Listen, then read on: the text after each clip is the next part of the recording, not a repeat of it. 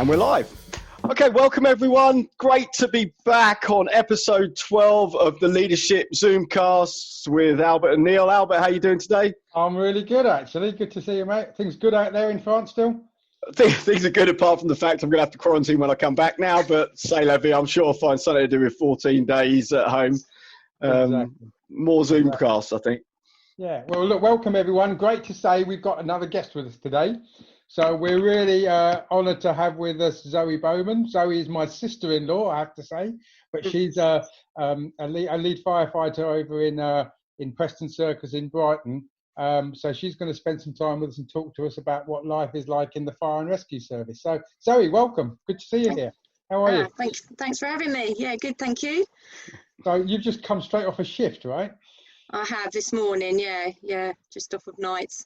So we're sitting here in the afternoon, and I think Zoe was off and saving lives and activity last night. Yes. Was it a busy night? It was a busy night, yeah. It was quite an interesting night, just with bits and bobs, but all the incidents were a bit tricky at points, you know. Nothing major, but just all a bit tricky, and have to think about things a bit. So. Do you prefer that kind of evening, you know, where it's busy and interesting? Yeah, as long as it's before midnight. Oh, okay, right, yeah. Yeah. Get that. No, it makes it interesting. I'd be bored otherwise. So no, it's good to be on a busy station and lots of diverse incidents and diverse people and all sorts of stuff. So, yeah. So good to have you with us, Zoe. Tell us a little bit about yourself, Zoe, just so people know who you are, what you've done, and what you're up to now. And then okay, so I joined the fire service in 1996, and as a firefighter at Hove station, I was a firefighter for about 4 years. Just stayed at the position I was, just learning the job, and no real desire to move onwards and upwards. And then at about 4 years, my then manager then gave me the push, given me the push and tried to give me the confidence to carry on and get promoted to crew manager. Then was leading firefighter, so crew manager, and that's where I've stayed now for however many hundreds of years. So I've done about 24 years now, and I've just stayed at that level. Again, not really having the desire to move onwards and upwards, and just quite enjoying being in charge of a small sort of crew, and learning. I found that I've learned every day that I've worked. I've continued to learn how to lead and how to lead incidents. I think every incident is so different that you can learn every time. So I've been quite happy to stay in the position that I'm at the moment. So well, the series we put together here, we're branding around as the leadership detectives, and our quest at the moment is to kind of uncover the secrets to leadership, and we're trying to look in all areas of walks of life, right? So talking to you about fire and rescue services is a great place to be. But just a quick thought on, how did you get into it? What was your inspiration to even join the fire service at the time, or now the fire and rescue service? Well, I think that was probably my dad. My dad was a firefighter and went up to the higher ranks and officer level, and he never really agreed with women being in the fire service. And they were starting to dribble in, and he didn't really like it. So I was a bit of a naughty teenager and thought, wow, if he doesn't like it, then I might go for it. So I did secretly sign up for the initial tests and things like that, and then realised that I didn't have a lift, so I had to ask him to give me a lift to the training centre, and that's when it was out in the open. So and from then on, he supported me every step of the way. But he wasn't. I think he was protecting me more than anything. But, what was it like being, in the mid-90s, being a woman firefighter? Well, I think I was a little bit blinkered to it. I didn't really realise the strength of feeling amongst the men, you know, that there had been women in the, you know, there had been women previous to me, but not many. I think I was about the fifth or the sixth woman in East Sussex. Wow. So it was still new territory. I was the first woman, I believe, at Hove Fire Station. So I think they all got interviewed beforehand on how to treat me and take down any offensive pictures and things like that, you know, and it was all treading new ground really. But I have to say, all in all, I got treated very well, and I didn't really come across nothing that I knew about anyway, that any issues. There was a few people, but then I just had to prove myself and prove to them that I was just a normal person, and I gave back as good as I got, basically. So they realised they could banter it with me as they would, you know, any other person on the watch, and I soon settled in, and they soon accepted me, to be honest. How do you prove yourself then in that sort of situation? What sort of things do you do? Well, I just had to be fitter, faster. Okay, all right. Not necessarily stronger, but you know, I just had to be more determined and to carry on like that. So brilliant. So that and then you became a leader 4 years later, and I'm guessing that was leading men. That was leading men, and that was leading the watch that I was a recruit on, or a probationer. And I don't necessarily think that was a good step to take, because they were the people that taught me, you know, and they saw me up and coming. And then all of a sudden I was telling them what to do. And that wasn't my finest moment. It wasn't, I was pushed into the position again, pushed in a nice way, you know, an encouraging way, you know, to build my confidence and everything else. So I did that step, but again, I tried to prove myself, but I was only 4 years in. It was tricky. It was tricky, but again, we've seen that as well, Albert, haven't we? When you promote people from within, it's always something to try and avoid, to be managing people that you were working with. Yeah, I mean, typically, I think you find in the commercial world that they'd move you to somewhere different, so you wouldn't lead the people you were used to be side by side with, right? But you've stayed in the same vicinity all the time, right? So you found yourself leading people who were colleagues the day before. Yeah. And in the service, it's a very structured promotion level as well, right? So you know. So how did that work for you? How did that work? Actually, let's come at a different action, right? A different angle.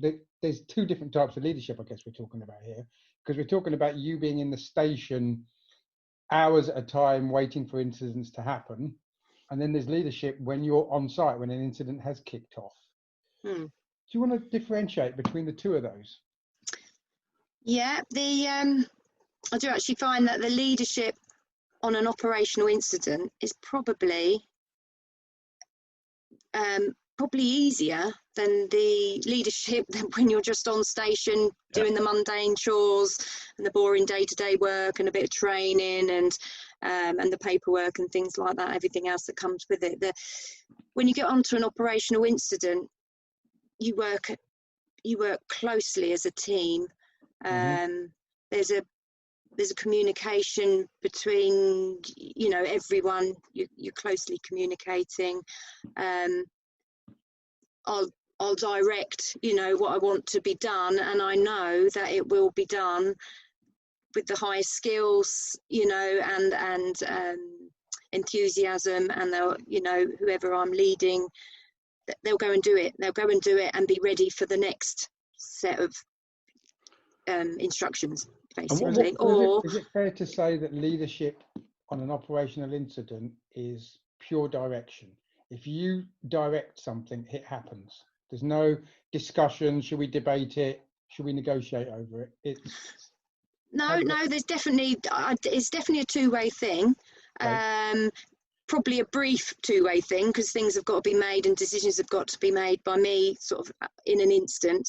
Okay. Usually on you know, fires and fast moving incidents. I mean, there are incidents where we can sit back and think about what we're doing and discuss a bit more, but definitely I do rely on the two-way communication. People see things differently, or they might have seen something that I haven't seen, and they'll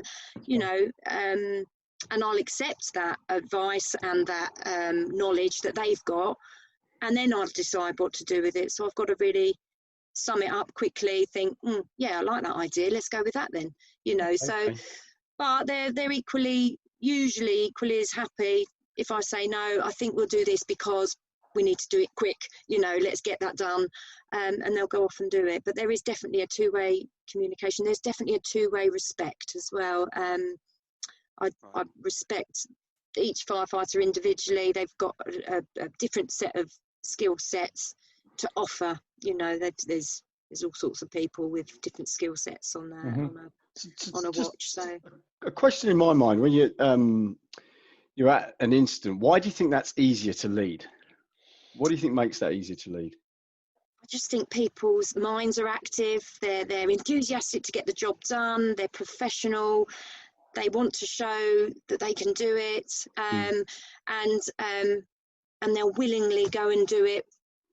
Sometimes they'll do things without being asked, the correct things, and they know that, we will need this, and I'll go and do that, as long as it's within the boundaries set and they're not going off piece, basically, and doing their own thing. But there's certain things that they know we need to set a hydrant in, we need to get water ready for the crews, and they can go off and do that. One of the things we've uncovered in this whole leadership series is that teams seem to perform better when they've got a common purpose. And it sounds, I guess, in an incident like that, you've got a very clear common purpose, haven't you? Yeah. So everybody's aligned, which I guess, is that different than when you're back in the station on the kind of day-to-day mundane side of things? Because the common purpose, is it less clear in that kind of situation? Yeah, I think on the station, what's important for me to get done is not necessarily the highest priorities for the firefighters to get done.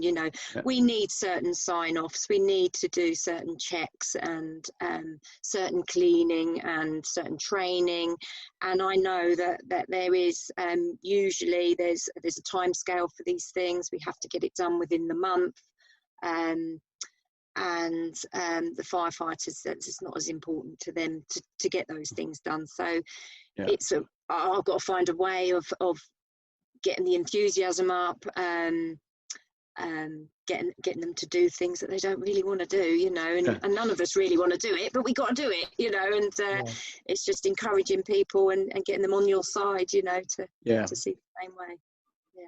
And the motivational skills are really key, right? Motivational skills to drive people to do things they might not see important at the time, like training. Yeah. So as the crew manager, is that your job to get people trained and prepared? Because the way I see your role as you describe it now is you guys are always preparing for what's going to happen. It's going to happen sometime, you just don't know when. And being prepared for it is really key. So that leadership of people, making sure people are trained and they are honed, how much responsibility do you have as the leader to make sure someone is always fit for purpose? Well, I think we've all got our own responsibilities to keep our skills up to scratch. But I mean, ultimately, it would be the watch manager's responsibility. But equally, he's leading, so he's directing us to, right, I'm doing paperwork, you go and update your training in road traffic collisions or something like that. So I think we've all got an equal amount of responsibility, really, but at the end of the day, as a leader, if your crew isn't up to scratch on something, then it's your responsibility and it falls on your shoulders, really. And just for our audience, so do you want to explain the hierarchy from firefighter to station? Yeah, so you've got firefighter at the basic level, and then one step up is crew manager or crew commander. They are in charge of one fire appliance worth of people, so that's four people on a fire appliance. And then you've got your watch manager, who will be in charge of the whole watch. So a watch is our team. There's four watches, and we cover 24 hours every day of the year. So on a watch there'll be 14, 15 people. So the watch manager will be in charge of all those people, and then your crew manager, the next level down, will be in charge of, if you go out on your own with one pump, it would just be 4 people. If you need a specialist appliance with you, you'll be in charge of the specialist appliance. We've got an aerial ladder platform, which is a big ladder that goes to tall buildings. So you might be in charge of them as well. So there'll be 6 of you. If the watch manager's off, then crew manager will step up and be in charge of the whole watch. So you have 1 watch manager per watch, and then there's 3 crew managers per watch as well. So have you stepped up to watch manager? Have you had? No, I'm crew manager. Yeah. No, but have you ever had to step up? I've had, if the boss is off, then that'll be me riding the first appliance. So I'll be in charge of the whole watch. Okay. All right. Sorry, Neil, you had something. Just a question I was thinking of. So because I guess it must be a very close team on one pump or fire engine. Do you select that team? No, it's all done on skill sets. You'll have your drivers, people that need to wear BA to keep up their BA wears, breathing apparatus, I should say. Your breathing apparatus wears. So it's sort of done, not randomly, but you're looking at what people need to do every day. They haven't had a drive for this set of duty, so they'll need to drive, and they need to wear breathing apparatus. And so is your team the same team each day, or does it change? Yeah, you change between the 14 people that are on duty. So it would every day I might be sitting in a different place. Not necessarily in the front of a fire appliance. I might be sitting in the back as a breathing apparatus crew as well. So I might be driving. So I do swap round, but ultimately station duties, I'm still crew manager and in charge of that sort of side. So sometimes you're in charge, and sometimes you're one of the firefighters. Part of the crew, yeah. Part of the crew, yeah. Wow. Okay. So how does that? How does that? So that's a real mindset switch. You can see Alba and I kind of going, how do we make that switch? Because it's really difficult switching from being a leader to being a soldier, or a firefighter. Team member. Yeah, team member. Yeah. How do you make that switch in your head? I think I've always got that stance where if we're on a fire ground and I am part of the crew, depending on what you've been assigned to do. So if I'm in breathing apparatus, then I'll be in charge of the breathing apparatus team. So I'd still be in charge or leading a team of the team of 2 that go into to wear breathing apparatus into the fire. Different things. If I'm not wearing breathing apparatus and I am part of the crew, I might be on the breathing apparatus entry control board, because it's desired to have a slightly higher rank on the entry control board sometimes, so that I'll be in charge of that. So there's always parts that I might be leading. But otherwise, if I am sort of surplus to requirements to lead, then I will just become part of the crew and I'll be mucking in with the rest of them, which I tend to do as a leader anyway. Once the dust settles in an operational incident, it's the clear up, and we all muck in together and clear up and yeah. So it's interesting, because in the world that I come from and I've worked in, we glibly use the statement when we've missed a profit number or we've failed to secure a client, where we go, well, nobody died, right? But in your world, they do, right? Yeah. So as a leader, what do you think the attributes are to be a good leader in the fire and rescue service? Well, it's all a personal view, and I just find what works for me is communication. I think firefighters don't like being left out the loop. They like to know what's going on. They need to know what's going on, and they should know what's going on. Sometimes things, you know, I can't think of anything, but sometimes things aren't explained so well, or they didn't know at an incident something was going on around the back and they haven't been told about it. I think communication is a key thing, and that's a two-way communication as well. So they feel that they can come to you with different views, or you know, they might see something that I haven't seen. So that's a key thing. Mutual respect. Yeah, mutual respect between the two of us. So yeah, I lead and treat people the way I would want to be treated. You know, I don't want to be shouting at people and directing orders and all the rest of it.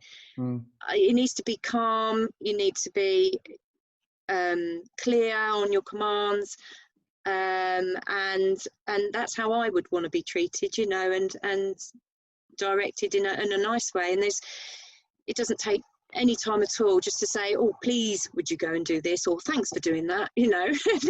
Doesn't take any time at all, but it goes a long way when you're receiving that sort of respect, basically.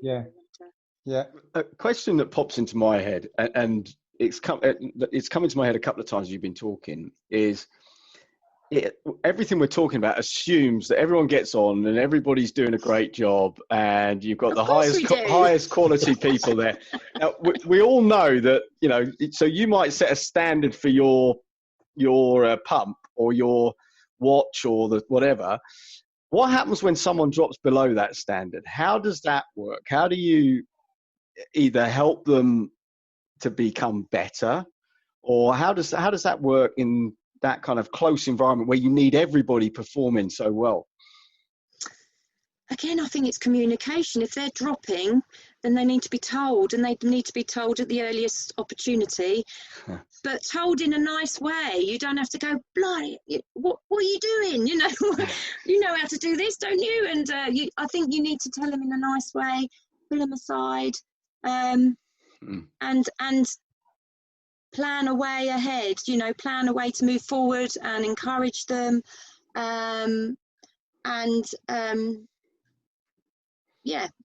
support them, basically. Find out if there's anything going on behind the scenes, why they've performed poorly, or do they need more training, and do some specific training just with them.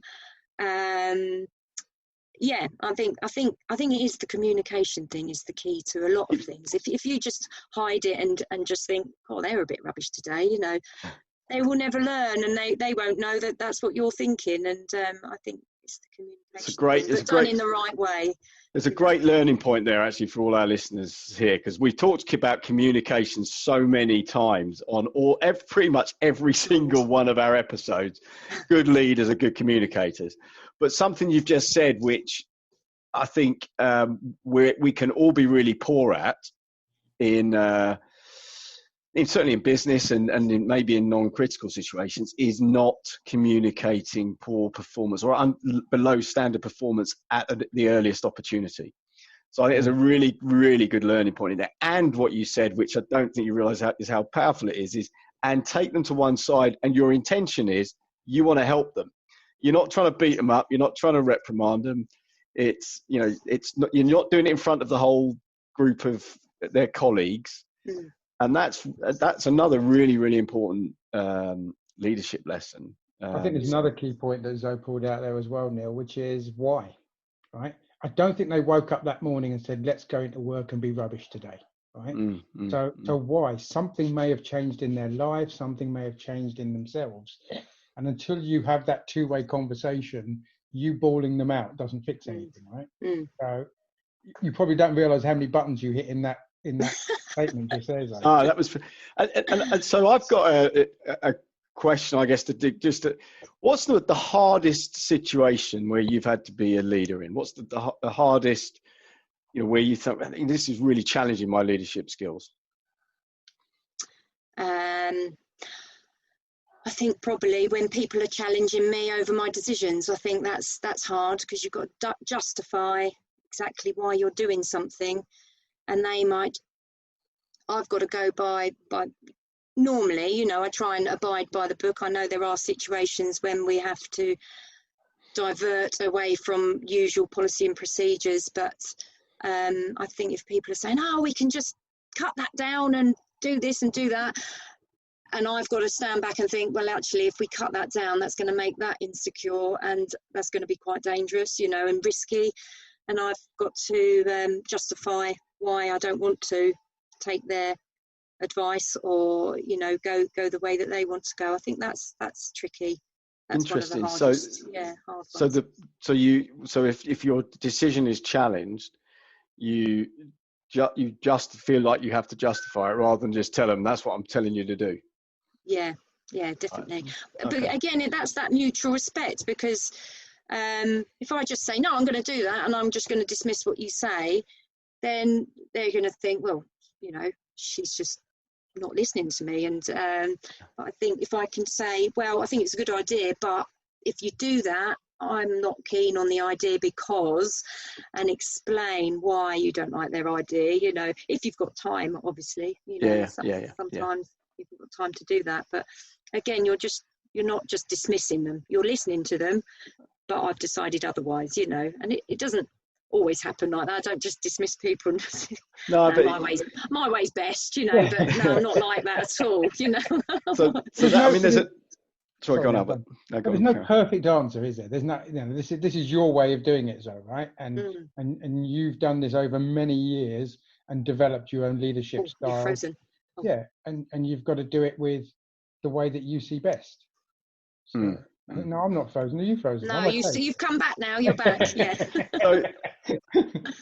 And you've mentioned it a couple of times, actually, no more than a couple of times. And again, I think it's a really important lesson to just make sure people have picked up on, which is this seeking input and having that, the two-way communication where people are being told what's going on, but they're also being listened to. And that can easily be forgotten. When we talk about communication, we tend to talk about, us as leaders talking to people, but actually the listening and taking input to help build the decision process is also a really important learning point, I think, from this as well. So I was thinking about a question around when an example where you really felt, wow, that was great leadership from someone you were led by. There was a moment or a situation or just an individual who you thought, wow, that was great leadership. They're a great leader. And what made them a great leader? Have you got a good example of that?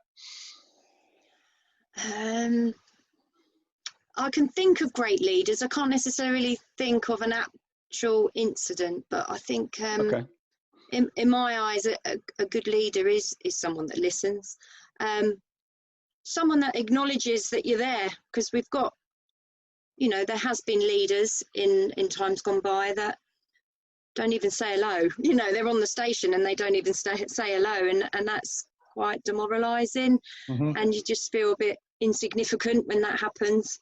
I think that the good leaders are the personable ones that acknowledge you're there. You feel that they listen to you as well. I suppose a good leader is confident in their decisions as well. It's interesting what you say about the acknowledgement, right? Because some of us could take a view. I mean, I could be guilty of taking a view that people who work in a fire and rescue service are tough guys, right? And they don't need mollycoddling and stroking and all that stuff. But they're human beings, right? Yeah. They still need some recognition of the job that they're doing and their presence. And it's interesting because we probably all have our own perception of what it's like from one industry to the next. Yeah, definitely. And I think it goes a long way with the firefighters. If we had senior management come down and actually talk to us, just have a chat, just have a cup of tea and around the table, and they may get some awkward questions, you know, they may be in the firing line, but actually that relieves some sort of tension from us, you know, that we can go and talk to them and have a conversation and see what their reasons are for making certain decisions as well. And I think that goes a long way. There's often been times when we don't see senior management, and they're just names. We've never seen their faces unless it's a big incident. And I think it's the hierarchy, because it's interesting when I'm coaching leaders and I when I'm talking to them, I say, you know, that what you're describing there is kind of like a round table where you go and sit down with your team, your employees, and you just ask for feedback. Just tell me, you know, there's nothing off the table. You just tell me what you think, and I'm not going to defend it. But one of the things I find is I've seen it work really well is when the team go and say to the boss, can you come and sit down with us for an hour? Because we'd really like to just have a chat. I don't know, does it work like that in the fight, or does it have to come top down? No, it does work like that actually, but it's just nice to have the higher ranking officers offer themselves, you know, and put themselves in that position. But yeah, there has been times when we've had officers come down, just, you know, because we've asked for them to come down, or my manager certainly has, and it's been nice. It's been a way to get a few things out in the open, you know. Again, it's the communication comes down from up the top as well. It's nice to know what's happening and be clear and actually get it from the horse's mouth rather than just read it in one of the newsletters or something like that. So, exactly. That was, so you're 24 years in the role, got into leadership fairly early on, and from what I understand, you're pretty successful at what you do, right? How would you? Depends. It depends who you're asking. Right? Yeah. How would you advise anyone watching this, a more junior member in the fire and rescue service, if they wanted to become a leader? What advice would you give them? God, what do you give them?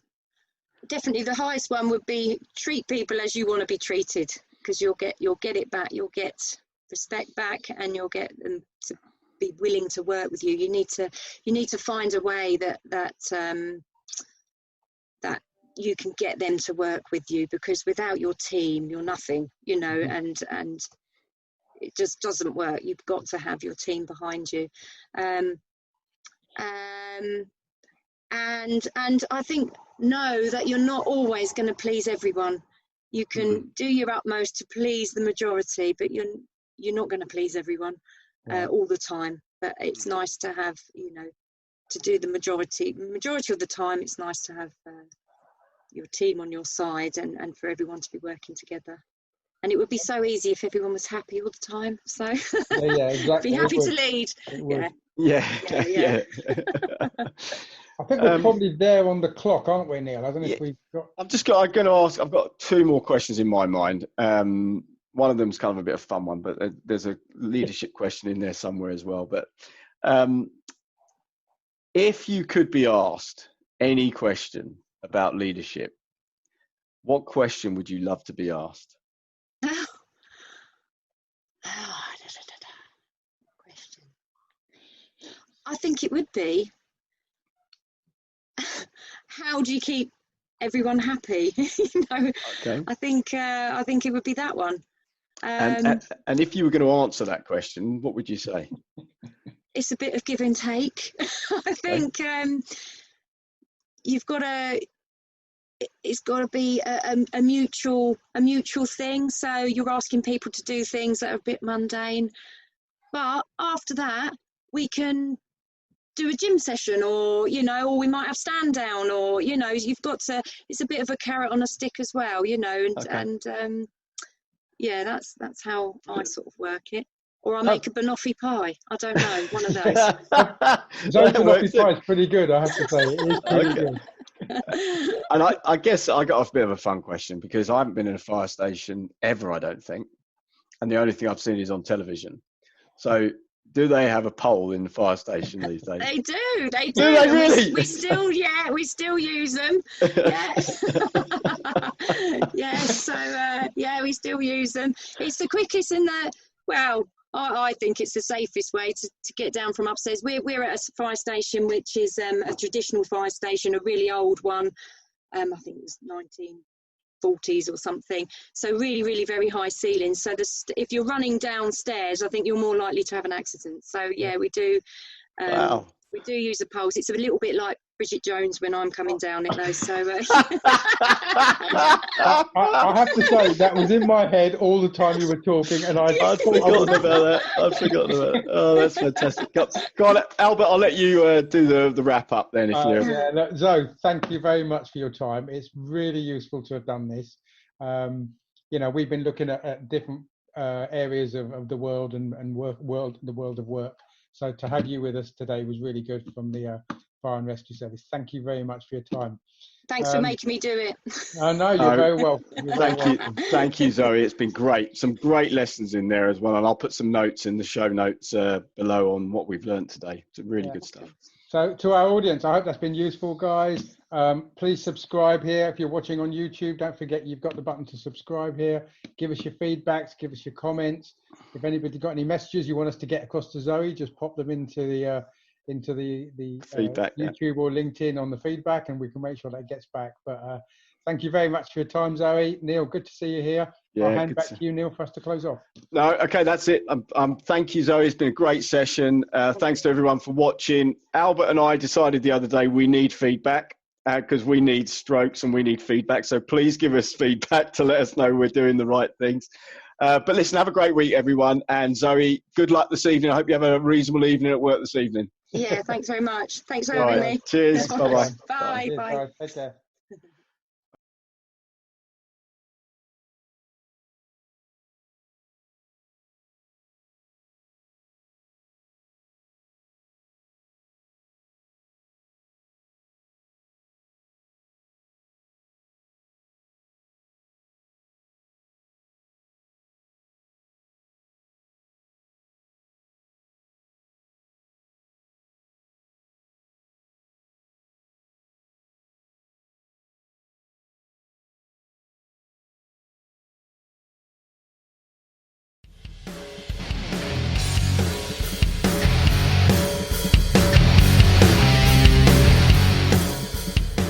So thanks for joining us today. Hope you found that episode useful and helpful and gave you some good ideas. If you enjoyed it, if you liked it, please leave your comments, give us a thumbs up, subscribe. Just let us know how you thought of the episode. We'd really like to get your feedback. Thanks for listening. Have a great day.